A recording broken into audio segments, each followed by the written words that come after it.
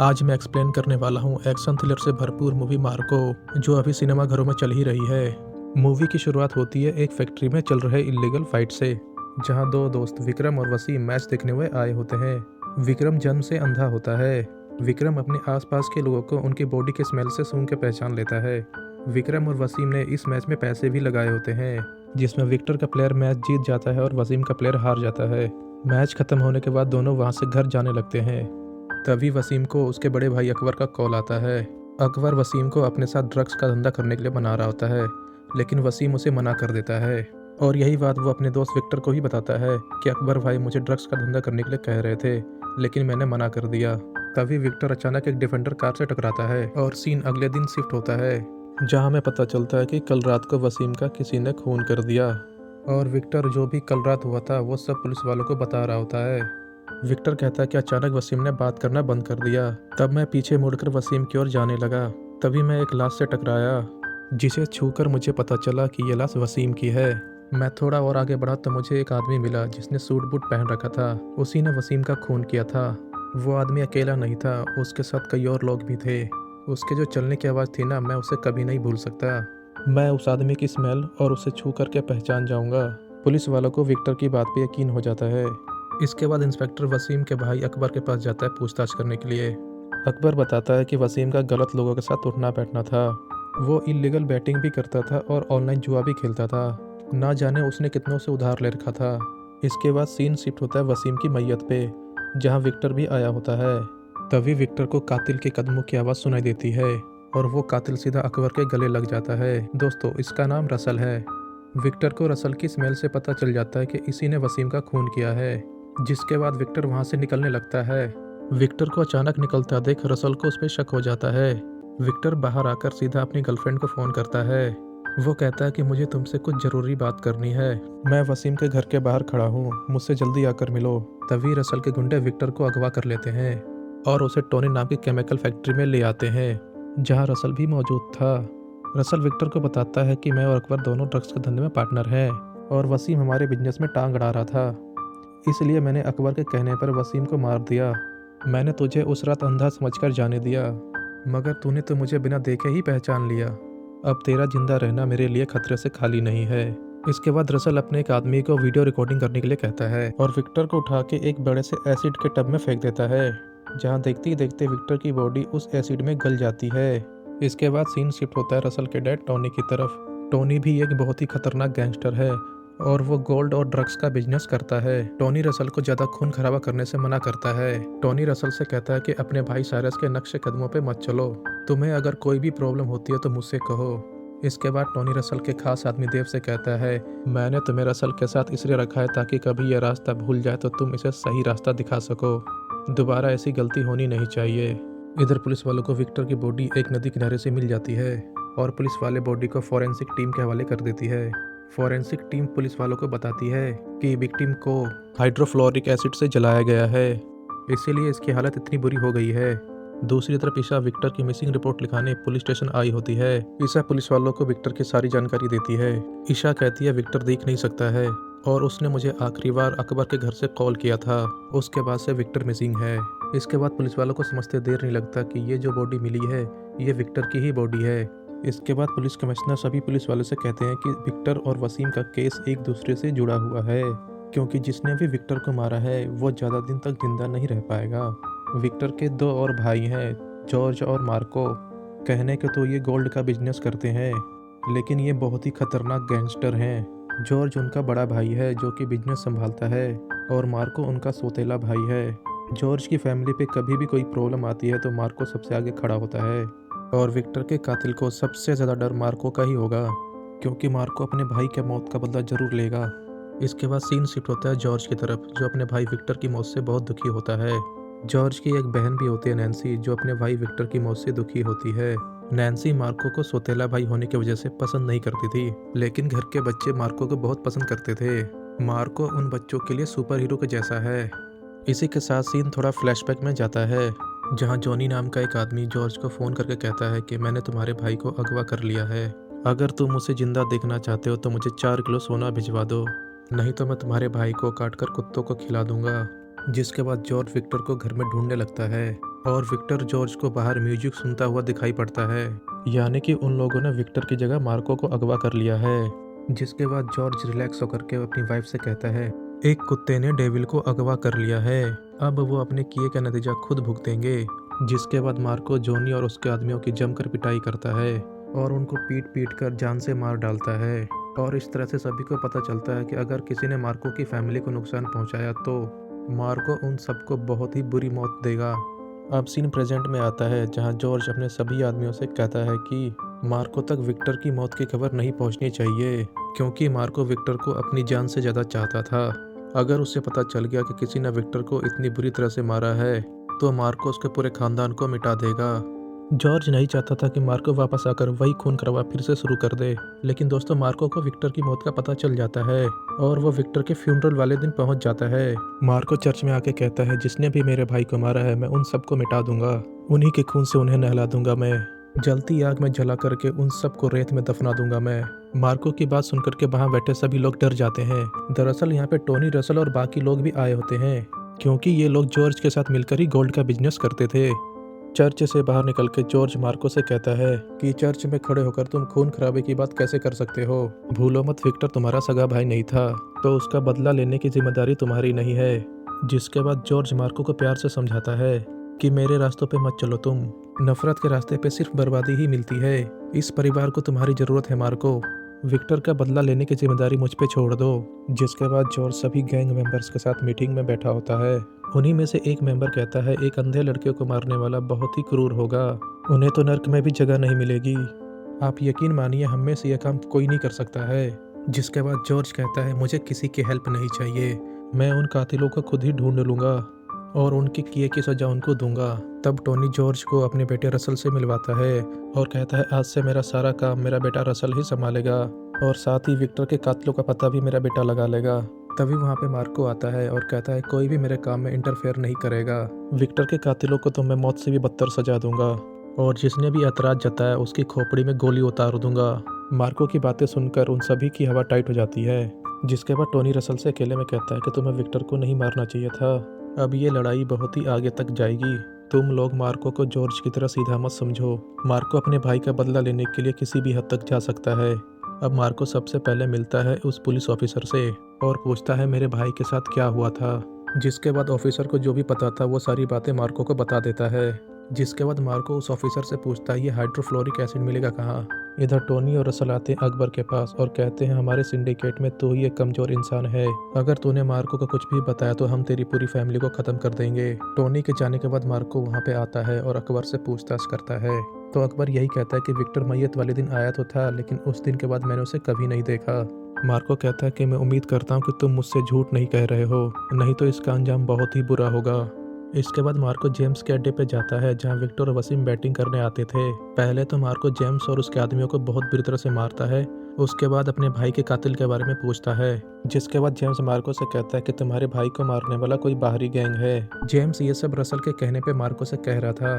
दरअसल रसल ने जेम्स से कहा था कि अगर तुमने मेरे बारे में मार्को को कुछ भी बताया तो मैं तुम्हें जान से मार दूंगा। इसके बाद टोनी के आदमी टोनी को बताते हैं कि कल जॉर्ज का 120 किलो सोना आने वाला है, जिसको सुनकर टोनी जॉर्ज का सोना चुराने का प्लान बनाता है। वो कहता है कि 30 किलो सोना देकर कस्टम वालों को खरीद लेंगे और बाकी का 90 किलो सोना हम खुद रख लेंगे और जॉर्ज से कहेंगे कि तुम्हारा सोना कस्टम वालों ने पकड़ लिया, जिससे कि जॉर्ज को हम पे शक भी नहीं होगा। फिर अगले दिन देवराज जॉर्ज को बताता है कि तुम्हारा सोना कस्टम वालों ने पकड़ लिया। ये सुनकर के जॉर्ज सोच में पड़ जाता है कि आखिर किसने मेरी सोने की इन्फॉर्मेशन उन कस्टम वालों को दी होगी। जिसके बाद जॉर्ज देवराज से कहता है कि जिसने भी यह गद्दारी की होगी मैं उसको ढूंढ करके मार दूंगा। जिसके बाद टोनी के कहने पर देवराज जॉर्ज को कहता है कि मैंने तुम्हारा सोना कस्टम वालों से पकड़वाया है। इतना कह करके वो जॉर्ज के पेट में चाकू मार देता है। लेकिन दोस्तों जॉर्ज की किस्मत अच्छी होती है और वो इस हमले में बच जाता है। जिसके बाद टोनी देवराज को मारता है और कहता है, जब काम बस की नहीं थी तो हाथ में लिया क्यों तूने, एक बार जॉर्ज को होश आ गया ना तो तू जिंदा नहीं बचेगा, इसलिए अब बेहतर यही होगा कि तू कुछ दिनों के लिए अंडरग्राउंड हो जा।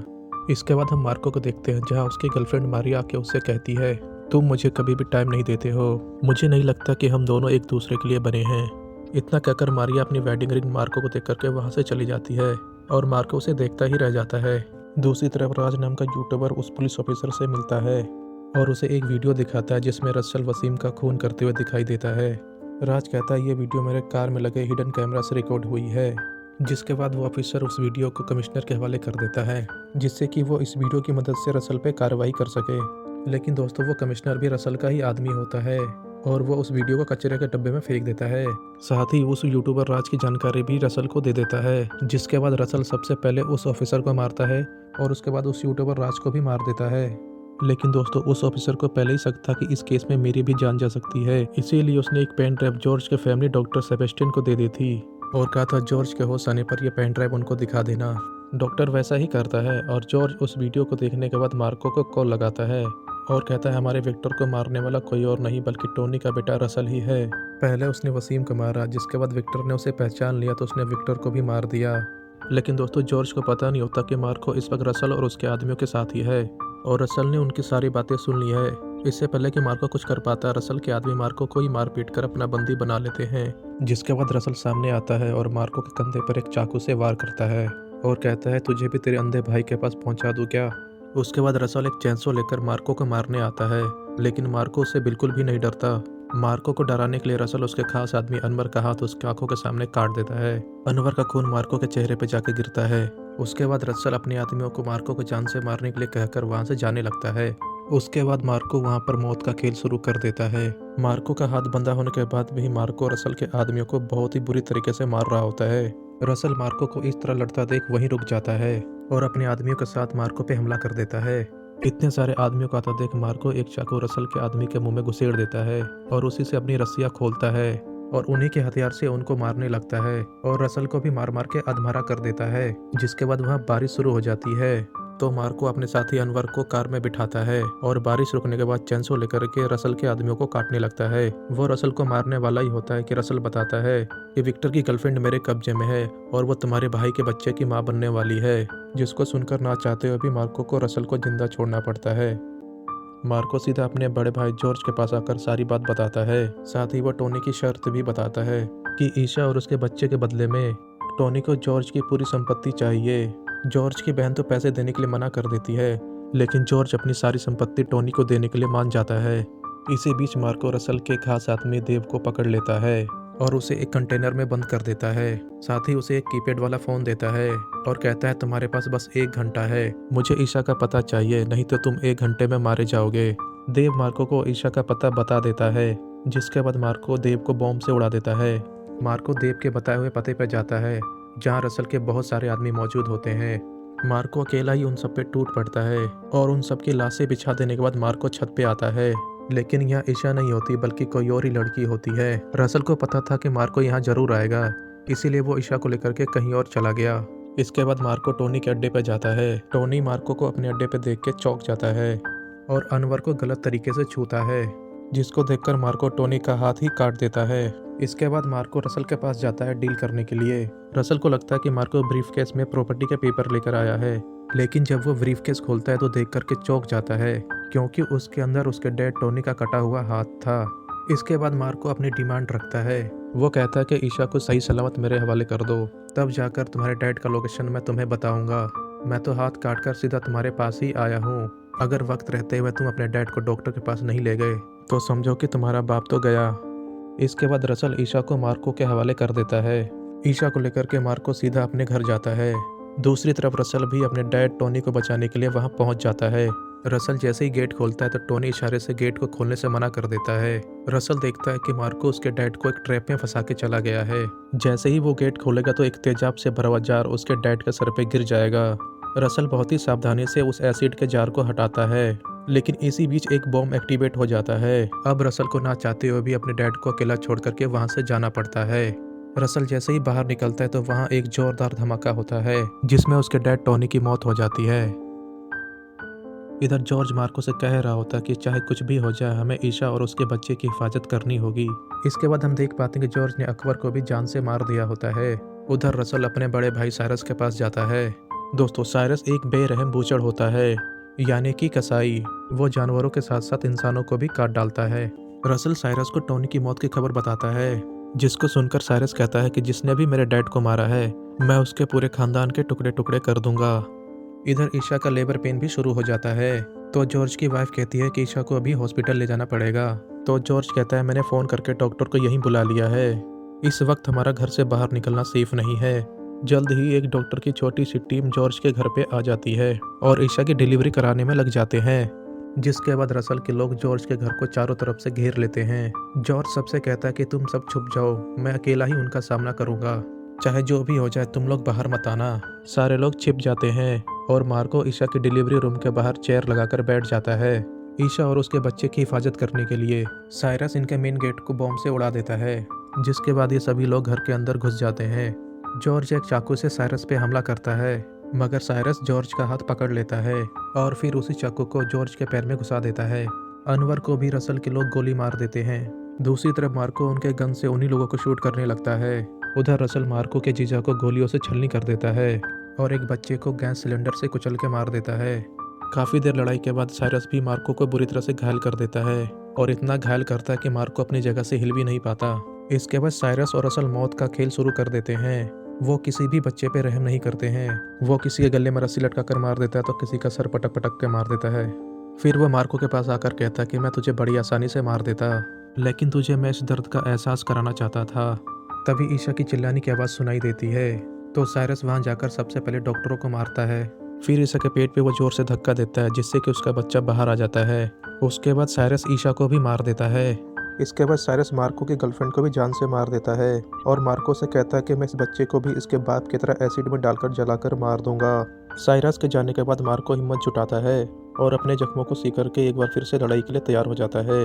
इसके बाद मार्को साइरस के अड्डे पे जाता है और जख्मी शेर की तरह उन सब पे टूट पड़ता है। वो रसल के एक एक आदमी को बहुत ही बेरहमी से मार रहा होता है और सारे आदमियों के मारने के बाद मार्को रसल के पीछे पड़ जाता है और रसल का सीना चीर कर उसका दिल बाहर निकाल लेता है, जिससे कि रसल की मौत हो जाती है। रसल की ऐसी हालत देख करके साइरस भी डर जाता है और वह विक्टर के बच्चे को एसिड में डालने वाला ही होता है। तभी मार्को साइरस का सर धड़ से अलग कर देता है और अपने भतीजे को बचाकर वहां से लेकर चला जाता है और इसी के साथ ये मूवी खत्म हो जाती है। वीडियो आपको अच्छी लगी तो चैनल को सब्सक्राइब करें और साथ ही बेल आइकन को क्लिक करके ऑल का ऑप्शन सेलेक्ट करें, ताकि जब भी मैं कोई वीडियो अपलोड करूं उसका नोटिफिकेशन सबसे पहले आपको जाए।